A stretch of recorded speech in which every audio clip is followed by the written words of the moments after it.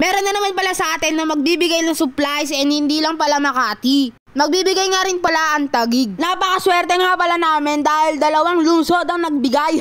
San pa kayo no? Makati na, may Taguig pa. May supplies no? Sana all lahat ganito. So yan, nagsusukat-sukat na nga pala kami. And napansin ko, maganda rin pala yung rubber shoes ng Taguig kasi parang Philippine flag. Diba? Colorful. Pero para sa akin, parang hindi naman ako masyado nagagandaan kasi hindi naman ako fan ng colorful. So yan na nga pala yung mga supplies namin. Think big, dream big, I love Taguig.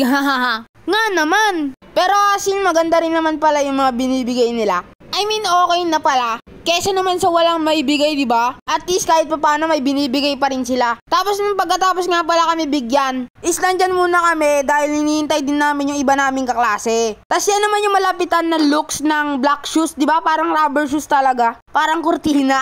Joke lang. Oy, wag kayong magsasabi ng mga magbabash kung mga ito, pangit yung supply set. Wag ganun. Ano na lang tayo, be thankful kasi may nagbibigay. Kasi maraming mga cities, maraming mga probinsya, basta mga school na hindi naman nagbibigay ng mga gantong supplies, no? At least nga kahit pa paano hindi naman tayo masyado nahihirapan dito kasi di ba nga parang head to toe, di ba meron tayong supplies. Tapos yan nga pala at pinaplex namin yung bigay ng I love Taguig. Oo nga. Check out Taguig. Teka lang, doon ka na. I love Taguig.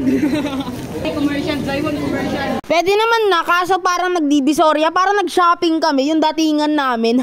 Pero ulitin ko yung sinabi ko, wag tayong maging bash-bash mga ganyan. Dahil mas maganda to dahil may binigay pa rin sa atin. Just appreciate na lang tayo. Tapos may nakita nga pala ako nagsusukat dito na Inday. Ito nga pala si Inday Sheena.